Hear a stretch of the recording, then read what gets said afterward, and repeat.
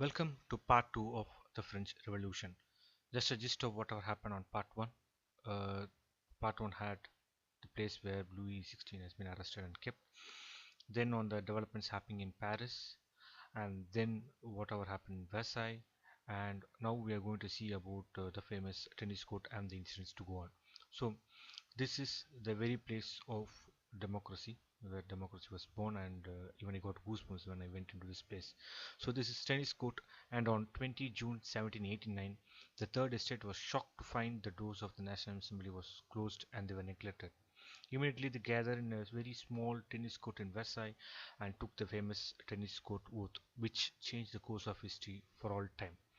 Till that point, monarchy in Europe thought that they are instructed by the god directly and people have to obey them as it is the word of God. But the French Third Estate broke this binding with the king and declared themselves as National Assembly and started to write their own constitution in the way to abolish the monarchy in France. The oath was taken off after a chain of events which led to the 4th August 1789 abolition of feudality, and according to me the most important law ever to be passed by humans by the human race is on 26th of August 1789, which is the Declaration of Rights of Man and Citizen. This was a very turning point of the entire history, where this was the first country to completely uh, say there is no king and they are their own rulers of their kind. And to memorize this particular oath, there was a painting which was done by Jean Louis David, which is at the background, and you can see that all of the people are rising and praising about the way the law has been enacted.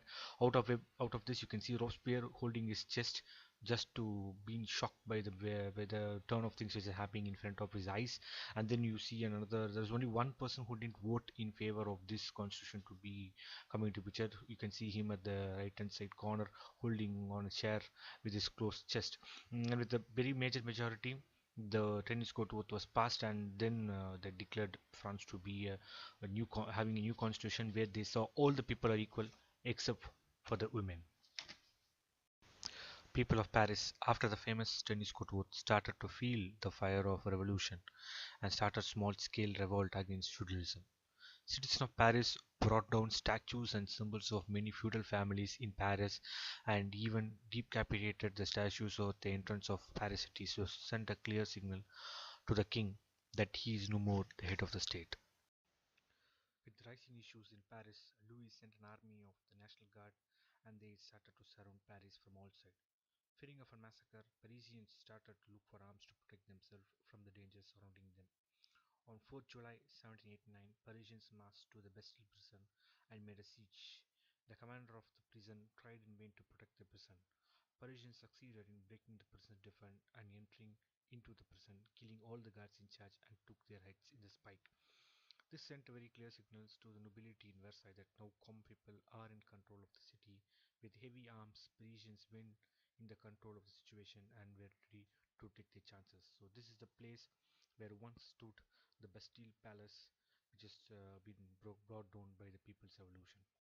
This is a replica of the Bastille Palace, which once stood in the center of Paris.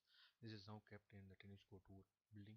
You can clearly see the difference of the building in shape of size and the windows, the alleys, the ladder, and even the courtyard. It was done exactly to replica what was there in was Bastille. This was done and it was sent to many places around France, to Toulouse, to Marseille, and many places to show that what the revolution has brought down to Paris and to the rest of the France. This was a clear indication, and Bastille was brought down and to show off people that revolution has started, and this could end only with.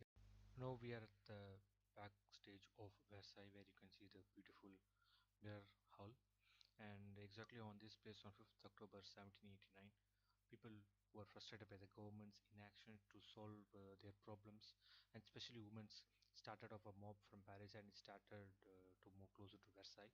There was a rising cost of bread, and people are really get difficult to get bread to eat and to have their normal life. So they were so frustrated they want to bring meet the king and to bring back his family to Paris so that they can see them all the time, and also the king can feel the real problem which has been faced by the people of Paris. So the women were really frustrated. They came here and thinking that is irresponsible and she has spoiled the name and the name of the country completely. And there was a siege for a very long time, of course, for the palace. Then there was armistice, which was dealt by the king, and the king said, "Okay, the king can move along with the Swiss guards to Paris." And it might be quite interesting that why the people of Paris who were so much frustrated with the queen, and there are some reasons which are behind them. The one which is the famous one is the famous diamond necklace scandal which was revolving around Marie Antoinette.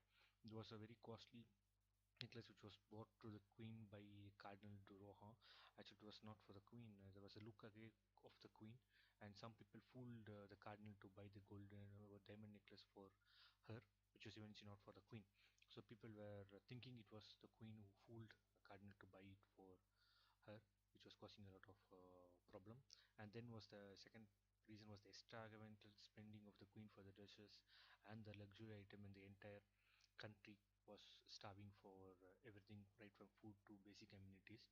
And the third was adultery. There are quite common scenario of cartoons which means circulated across Versailles questioning the legitimacy of the queen's children, and also questioning her loyalty to her husband.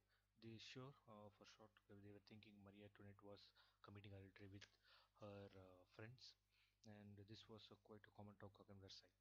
And the fourth reason was she was a foreigner, and people are thinking that she belonged to the arch enemy of France, which was Austria. So she was just emptying the entire treasury and sending money from France to Austria, and this was one more reason for them to be more angry on her.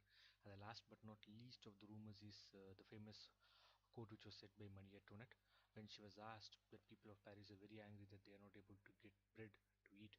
She just said, "Why don't they eat the cake?" This is some historically incorrect quote which has been put up on her, but it was stood on her and was stick to her all the time. People were thinking she was a little bit over her head in making comments about people. So these were the reasons why people really hated Marie Antoinette. Then the people stormed the palace and took the royal family to Place de Tuileries, which was being the temporary palace for quite some time. So that brings us to the end of part 2 of French Revolution. That's a summary of what we have seen in part 2.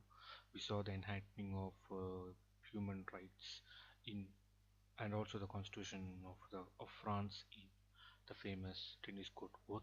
Then we also saw the storming of the Bastille Palace by the Parisians for having weapons to fight against the National Guards, which was sent by their king. And thirdly, we saw people storming into Versailles to bring Louis and his family to Paris. So in part 3, we will see how the king and the family tried to escape from Parisians and Paris and was caught and brought back. Then the trial of Louis and his hanging. So thanks for the support and to keep subscribe to my channel. Thank you.